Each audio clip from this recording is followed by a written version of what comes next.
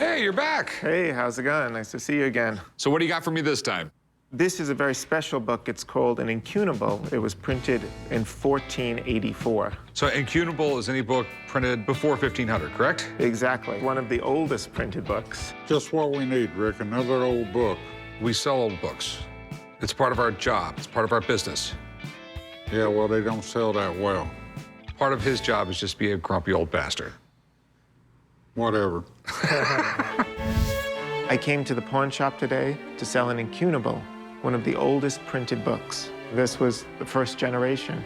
The book was bought at auction 20 years ago for $3,500, so I hope it's gone up since then and I can make a little bit of a profit. I happen to have one of these things now. Ah, that's great. Since I'm buying so many books. It's very interesting, the binding, actually. It's bound in pigskin, which Okay. was one of the early ways you would bind books. You know, the paper is actually made by soaking, rags in the 15th century and fermenting them. Yeah, most people don't realize that paper made out of wood wasn't until the 1800s. All of these little holes were made by bookworms. They munched away. I don't think that's a good thing, though. Well, it happens in a lot of old books. Yeah, you can tell by the illumination right here that it's early Renaissance. Illuminated books have illustrations that are hand-painted. As books became mass-produced, the art form of illuminating books faded away, which is a shame because the illustrations in this book are stunning. I mean, when you think about what this book survived, the number of wars and what was going on in the 1400s, I mean, this was 9 years before Columbus set sail for America. The book is actually on an interesting subject matter, too. It's written defending a famous theologian and philosopher called St. Thomas Aquinas. His philosophy really reintroduced logic, debating things, and it became a very important, method for the Renaissance. Okay, that is definitely cool. It's no secret that I love antique books, and this is one of the oldest books I have ever had in my shop. I'm very concerned about these wormholes going throughout the whole book. Well, they had good taste, those worms. Quite frankly, I don't have a lot of books from the 1400s coming in here every day. I understand. Let me call up a friend. She's an expert in rare books. I like it. I want it. I just want to make sure I'm not overpaying for it. I'll be right back. Thanks so much. If it checks out, I'm definitely going to want this for myself. I'm sort of in love with it already. Some of the most beautiful books ever printed are some of the earliest. And this is actually quite a beautiful book. With most books, age doesn't matter, right? When you have edition, first edition, that's what you want, the first book printed. The exception, Incunables. They are actually collected simply because of their age. An Incunable is a book that was printed within the first 50 years of the invention of printing. Incunable is Latin literally for in the cradle, so it means the infancy period of a book. Rick, you brought me in. What are you worried about? I don't know if this is great condition or this is really bad condition because it is 1484. I've never actually had a book this old, so take a look at it. I want to see what you think. Rick, you're right that you really have to consider the condition for different time periods. When you're talking about a 15th century book, there's actually a little bit more leeway. So for example, the wormholing that you're seeing, bookworms really did love rag paper. A lot of 15th century books have wormholing. It doesn't hurt the value very much. Now, we do have a problem. Okay, what's the problem? A very important aspect of this book is not original. Really? The illumination is nice, but there are a couple things that stand out to me. The first thing is this black coloring here. Black is a most unusual color for a 15th century illumination. Okay, so when do you think the illumination was done? This illumination is at best late 19th century. So this kind of changes things. Okay. It's pretty unusual to add an illumination so much later to a book from the 15th century. Today, we just consider that heresy. But what it comes down to is the book is not worth as much as it could have been. So what do you think it's worth right now? If this were a 15th century illumination, you'd be looking at a price range of, $6,000 to $7,000. Right now, it's worth $3,500 to $4,000. Really? Yeah. Thanks a lot. You're welcome. Thanks, Rebecca. Yep, good seeing you. Even though the illumination was put in the book later, it's one of the first books ever printed, and I would love to have it. So, with everything Rebecca said, how much you want? I mean, it's a lot less than I wanted, knowing what it cost 20 years ago, but is $3,000 fair? I'll tell you what, I will do $2,500. I won't do a penny more. I mean, how many times do you get an Incunable in your shop here? Not very often, but remember, there's a supply and demand thing. I mean, Meet me at 3. I'll do $2,500.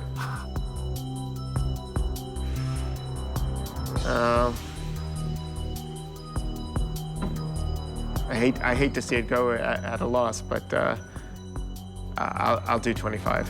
$2,500. You got it. Meet you right over there. $2,500 is not what I wanted for the book, but I'm in the business of buying and selling things, and he's in the business too, and he's got to make a profit, and overall, it's quite fair.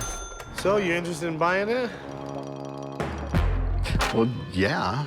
$6,000 is a really good deal for this book. You know it is. Rick bought an old book, and for some reason, the old man's all fired up to sell it. So he offered me 4% commission if I sold it quickly. You can't even find this book anywhere else, so... There's some problems with that book. You don't want it at the moment. No, it's a good book. I mean, jump, 6,000... jump. Just check it out for a second. 6,000. What are you doing? I'm gonna sell the book. The old man said he'll give me a huge bonus if I could sell it quick. So just let me work my magic. I'm buying the book. Just let me work my magic. I got this. Okay, all right. I'm sorry, man. There's a problem with it. It's not for sale at the moment. This deal was in the bag, and then Rick has to come over, blow my sale and my commission? Great. I told you, I'm buying this. Boss, he just ruined my deal. I had the book sold for $6,000. If Chum almost had it sold for $6,000, why didn't you let him sell it? Because it's my book. Have you paid for it? No, for some reason, you guys don't want me to buy it. Ricky, I don't give a damn if you buy it or not, but I can't sell stuff for what I paid for it. I just can't believe that you, of all people in this business, would wreck a $6,000 sale. I didn't wreck a $6,000 sale. The guy wasn't even interested in it. Yeah, he was. I was gonna get a bonus. Now you're lying about it, I which am is not even li- worse. I- Which is even worse. Who are you going to believe more? Me, who is still your boss, even though you are a partner? Okay? Or Chumley? Chum. I wouldn't lie. I paid $2,500 for the book. I'll just give you a check right now. For? You know what? I'll give you the family discount. $37.50. Really? And you got to pay Chum his commission that he just lost. Fine, I'll give the company the $37.50. I'm not giving him anything. He would have never sold it. What a grouch. You enjoying that purchase? I like the new book. Made a hell of a sale. I can't wait till something comes in that you really want, so I can give you that great family discount. I'm pissed at Corey for being such a hard ass, but in a weird way, I'm sort of proud of him too. But don't tell anybody. I'm proud of you, Corey. You did a good job. Thanks, Grandpa. You shouldn't encourage him. Why not? He makes me money. What do we got here? Got an 1833 Whitney flintlock musket gun. I really love this. I mean, this is way pre-Civil War. These are really cool. Quit drooling on the gun. Came to the pawn shop today to sell my 1833 Whitney musket gun. It doesn't shoot. It has no use for me. I'm looking to get about $2 for it. Least I'll probably take is maybe about $800. These were designed by Eli Whitney Company. Eli Whitney, inventor of the cotton gin, okay? The cotton gin was one of the most important devices of the early 19th century. It separated the seed from the cotton. Since they were able to make cotton products a lot cheaper, there was a bigger demand for cotton. But unfortunately, that led to a huge increase in the amount of slave labor in the southern United States. Eli Whitney was a pretty amazing inventor. Everyone knows he invented the cotton gin. But since the cotton gin had such a strong impact on society, people forget he invented other things, like this gun. So where did you get this? I do a lot of trading and selling, and this came with one of my trades that I did. Then I saw 1833 on it. Really cool old gun, but it's not a flintlock. Okay. Well, sort of. Originally, it was a flintlock, and then it was converted to a percussion cap. That side plate there was originally for a flintlock. There used to be a hole in the barrel right there, so when they converted these, they closed that hole, and they put that on right there, and that's what the cap would fit on. Okay. The difference between a flintlock and a percussion cap is a flintlock is that thing you saw in pirate movies where you pulled the hammer back, and when you fired the trigger, it shoots sparks to the powder would light up, then it would send a flame that would ignite the gunpowder and then shoot the bullet out. Well, that whole process took like a second, so it's really hard to aim at a moving target with an old flintlock. Okay. Cap and ball was like the next step in technology. You just pulled a cap out of your pocket, and it just fit right on top of this, pulled the trigger, fired it, and it flew a flash straight down there, and the other end came the bullet. Do you think that the barrel's been cut now? Yeah, I mean, the way this stock looks, it looks like this gun was cut down. Most war rifles back then were really long. Something that fits in a holster on a horse is a lot more practical. So guys would cut them down. This gun is pretty cool. You just don't see a lot of muskets made by Eli Whitney. And that alone could get collectors interested. But I need to know what's been done to it before I can make an offer. What do you want to do with it? I'm actually wanting to sell it. How much do you want for it? I'm actually looking for $2,000. Whitneys are sort of rare, but I really don't know the price. So let me get someone in here to take a look at this thing. Maybe we can do something. Sounds good. All right, I'll be right back. I like my guns that are automatic, so I'm pretty glad that I'm not back from that era in this point in time. Hello. Joe, how's it going? I own a gun store in Fillmore, Utah. We specialize in guns of all kinds, and I come down and help them out whenever I can on guns that they have questions with. This being an Eli Whitney, it is indeed a piece of history. These came out right at the end of flintlocks. They were military contract muskets. This has been converted to a percussion, obviously. Eli Whitney was probably credited with making parts that interchange. Just was a big, huge thing back in those days. The soldier in the field, if they had a problem with their gun, they could go and get a part and fix it their own self. What are your concerns with this rifle, Rick? I want to know if it's been chopped. Well, these guns were originally made with a 42-inch barrel.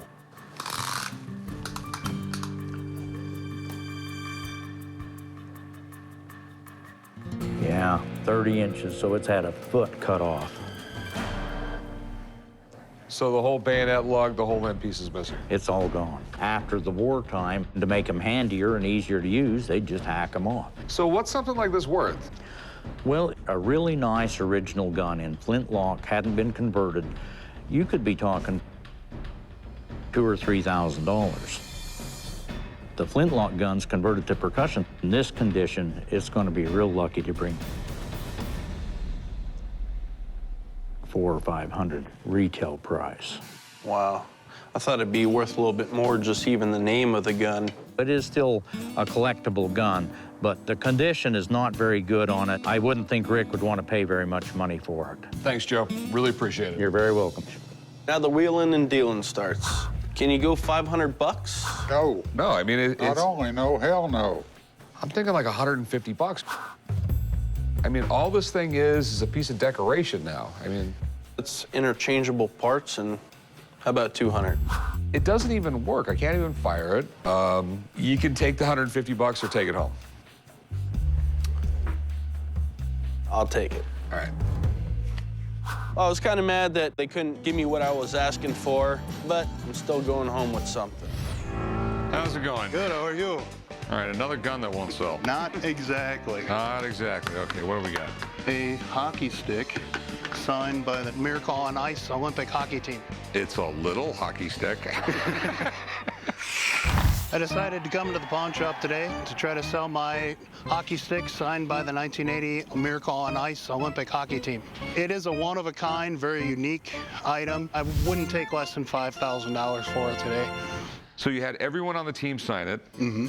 Who acquired all these signatures for you? Before the games in 1980, my uncle was a bus driver, and one of his charter trips was to pick up the hockey team and drive them to the airport. And so at that time, I got all the players and the assistant coaches. Then in 1994, I was working at a country club, and Herb Brooks, the head coach, came in. I asked him if I could get the stick there before he left, if he would sign it, and he did. The 1980 U.S. Olympic hockey team was a bunch of college kids and amateurs, and they were going to take on the Russians, who were considered unbeatable.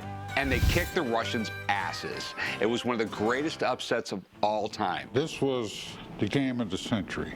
I don't know who designated as a miracle on ice, but that's what it was. They weren't expected really to do anything that year. I mean, there wasn't really high expectations for them to win any medal at all. You know, what they did was a miracle, and a lot of experts say that it was the greatest moment in American sporting history. If I can get these signatures verified, there's no question I want this stick. I know a ton of collectors who would think this thing is absolutely priceless. And what were you looking to do with it? I'm looking to sell it if the price is right. I mean, the problem is there's only one of them that exists. It's probably not something to compare it to, and it's really difficult coming up with a price that way. I got a buddy. He knows about autographs. He can tell us if they're all legit. Let me get him down here, and I'll try and come up with a price. Can you come back? Yeah, sure can. All right, thanks. All right, great. Thank you.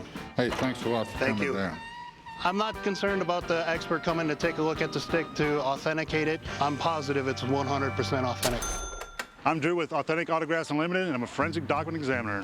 What's the story on this one? I've got signatures from the 20 players of the 1980 Olympic hockey team. The head coach, Herb Brooks, the assistant coach, and goalie coach. I remember watching this game, actually. It was fantastic. I remember just jumping on the couch after we won. It was like just amazing. So let's take a look and see if it's authentic or not. All right, start from the top. Jim Craig, that's the goalie. He makes this very distinct ending for his G. Capital J is always very distinctive and very consistent, so that's interesting. Ruzioni, the captain of the team. Yeah, that's Herb Brooks' signature. This is the head coach. He always takes a 0 and codes over the K. You know, it's kind of like a fast type of handwriting thing. He does that a lot. But when you put all the signatures together, it's like bringing back history, you know? This is not like a single signature where you have very little evidence to go by. There's all kinds of evidence, and this thing is absolutely authentic. All right. Thanks, Drew. You bet. All right, You're the guys. man. I appreciate it. Take care. You bet. It's amazing. Value-wise, this thing can be worth thousands of dollars if someone really wants it bad, and I'm sure someone will pay that one day. So what were you looking to get out of it? $5 grand. It's a one of a kind. You know, it's really neat, but I couldn't come close to that. I mean, I would give you $1,500 for it. It's just, sports memorabilia is just like the stock market. It goes up and down in value.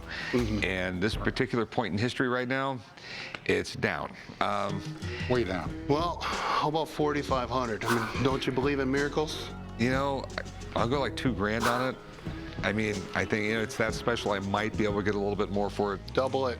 There's a 4 and we got a deal. No. Not only no, hell no. It'd be a really cool thing in my store, but we're just too far apart, I guess. Thanks. you. Have a good one, man. Thank you. This stick means too much to me. I've had it for so long, and there's such a story and history with it. I just don't think 2,000 is enough for me to part with it at this time. Morning, sir. Chumley, get up off your ass. Got a couple photographs of the Enola Gay and her crew that maybe I'm looking to sell. The Enola Gay was the B-29 bomber that dropped the bomb on Hiroshima. This was one of the biggest events in mankind's history. Yes, it was. Both photographs are signed by the pilot and some of the crew members. I bought the photos from an estate auction. I'm hoping to get at least $1,500 today for the photos. I don't plan on taking anything less than $500. Well, who signed it? Both photographs are signed by the pilot, Paul Tibbets. He is since deceased. The upper photo of the crew is signed by an additional 3 members of the crew plus the pilot. They're national heroes. It depends on how you look at it. Yeah, there's different views from different people, Chumley. They estimated the war would go on for another 4 or 5 years. When they dropped the bomb on Hiroshima, Japan surrendered almost immediately. This one single mission was a turning point for the future of warfare for years to come. If this thing checks out, we could have a real treasure on our hands. How much you want for it? I was hoping to get about $1,500. You mind if I send this out and have it checked, guy? I just want to make sure the signatures are right. Sure. Chum, you feel like taking a ride up to Rebecca's? Yeah, I could take a ride in there. That'd be cool. All right, why don't y'all do that? I'm pretty sure the signatures are authentic, but having a second opinion is more than welcome by me, and hopefully it can increase the value. Yeah, Rebecca's a hottie. That's one chum we don't mind going. Hey, Rebecca. Hey, Chum, how are you? I'm good. How you doing? Not bad. Nice to see you. I'm just here to babysit Chum. Oh, he can't come on his own. Well, that's all right. I like having both of you here. Looks like Enola gay. Well, the old man wanted me to have the names checked out and just make sure that the signatures matched up. Well, why don't we go into the library and I'll take a look at it. Great. All right? Collectors are very, very interested in anything dealing with the dropping of the atomic bomb. A Paul Tibbets signature could be worth thousands, tens of thousands. You know, apparently only 3 people in the entire crew actually knew what the mission was. And the rest of the crew, they had been used to these sort of, bombing raids, but when they saw the effect of this particular bomb, which they hadn't expected, they actually said, my God, what just happened? Wow. Tibbets was, by reputation, the best pilot in the Air Force. And he actually sometimes worked as Eisenhower's personal pilot when they were going around Europe. Cool. Have you checked it for authenticity? No. Okay. It's a big risk, you know. Yes, I know. Let's see if that paid off. Looks like these were all signed with a couple different pens. Now, the date here is really significant. This is actually the date, right. August 6, 1945, when the bomb was dropped. Signatures of Paul Tibbets that were actually signed on August 6, 1945, are worth tens of thousands of dollars. Oh, great. Okay? The thing about this signature here, though, it is real. Cool. But it's a signature of Tibbets from his old age. We know that because his signature changed as he got older, and this is the signature from when he was older. And probably by request, he backdated it. So with that in mind, the signatures of the crew members are worth about $100 each. Okay. Tibbets is worth a little bit more because Tibbets was the pilot, and you're looking at about $150 for his signature. Okay. So the total for this piece, you're looking at about $600. Okay. I guess that's everything. You think you could give us a moment? Sure. Thank you. Good luck. I'm a little disappointed in the overall value. I thought it might be worth a little more. So what do you want to do? You heard what she has to say. The minimum I'm willing to let it go for is $600. Well, usually we would say hell no. If the old man really wants it, you think we should call him up or something? Give him a call. Grandpa. Yeah. Rebecca says it's worth $600 and the guy wants to sell it for $600. You want to pay retail for it? Hell no. I don't pay retail for nothing, Corey. All right. You know me better than that. Pass. All right. Take care. Well, you heard him. Would you take 400? No, I think I'm gonna keep it, hang it in my house. Okay. Thanks for bringing it down. Thank you. Appreciate your time.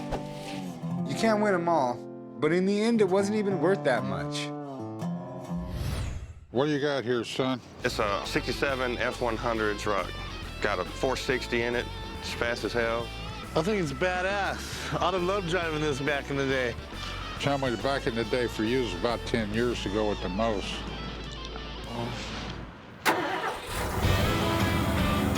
I'm coming to the pawn shop today to try to sell my 67 F100 truck.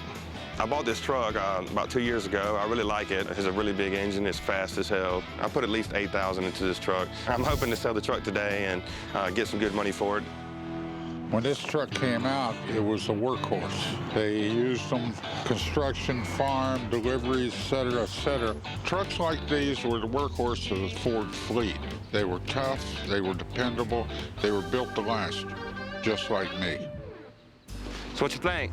You've done some nice work on it, but there's still a lot to do. It needs a paint job. Missing a window. Yeah, I'm having problems with my neighborhood. People breaking into it. It's been stolen 3 times. They stole this 3 times? Oh, yeah. So that's why I'm trying to get rid of it today. I keep having to do the repairs on it instead of, spend the money to get a paint job or anything. Hey, son, why don't you crank it up and let me listen to it? All right, no problem. Let's hear this lion roar. Crank it up.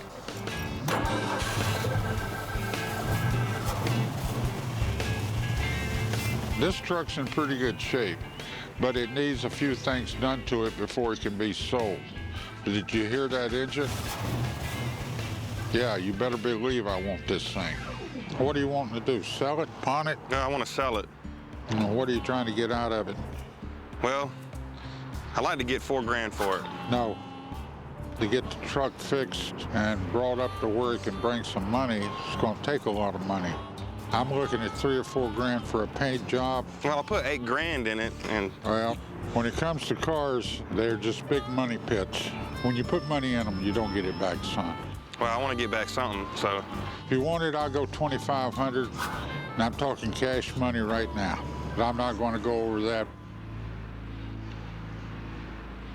All right, well, I guess $2,500 is better than me paying for more repairs, so I'll take it. All right. Appreciate it. Chumley, go do some paperwork. I'm happy with this deal. If I get it fixed up at a good price, I just might have a good week. I'm Mike. I'm the owner of AAA Collision in Las Vegas, Nevada. We do custom paint and restore old cars. So what do you want to do with this thing?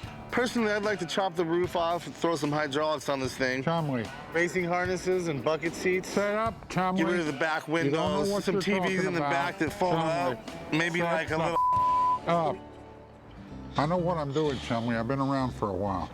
That's what worries me, boss. Chumley means well, and I love him to death. But sometimes he just irritates the out of me. What do you guys want to do with this bed here? It's welded shut. Cut it loose and put a couple latches on it. Are you okay with the way it looks? Yeah, that's fine. Also, this wood, it looks kind of sun-rotted and faded. Yeah, go ahead and replace it, Mike. With the new paint job and everything, it's going to need new wood in it. That'll help the value of it. Yeah.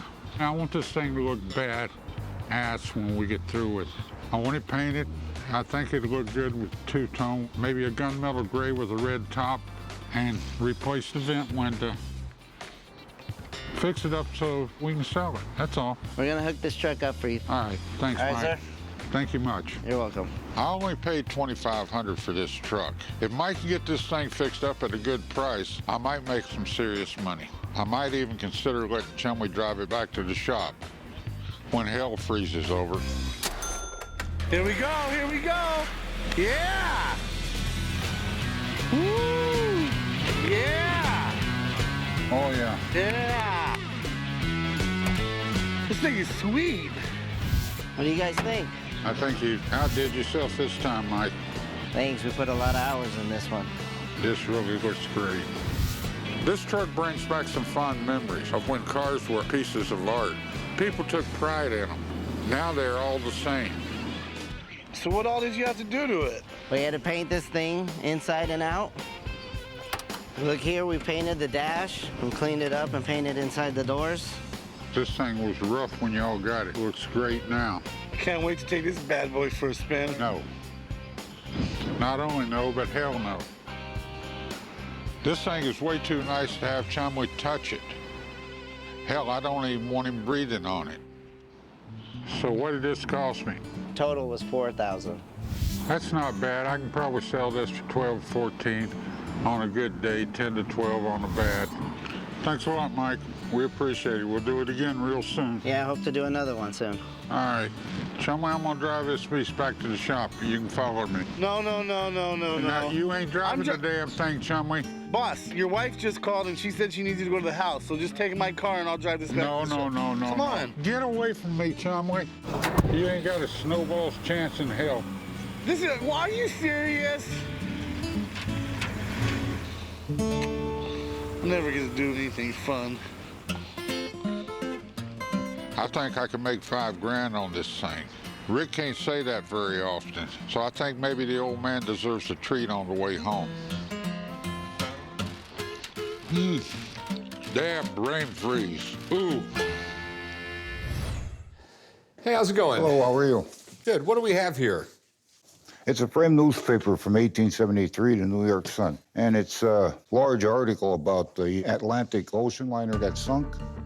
Okay. This was headlines everywhere. So the Atlantic was a really large ship. It was like 450 feet long, just going Europe to the States and back. That was their main business. And they got off course. and they ended up running the ship up on some gnarly rocks, and out of like 1,100 people, like 500 people were able to save themselves. Wow. It's funny where it says care for your collectible 19th century newspaper, and even the little form for that's water damaged. All right, here's my problem. There is damage to it. The other thing is no one knows about this shipwreck. You know, if anyone's going to collect a newspaper about a shipwreck, it's going to be the Titanic, and there's just zero value here to me. None. Really? Zero. Wow. Okay. Okay? Unfortunately, it's a no and more or less a hell no for me. Okay. Have a great day. You too. Unfortunately, like the Atlantic, he sunk my ship today. We couldn't make a deal, so I think I'm going to take it home, put it online, and see maybe somebody could use it.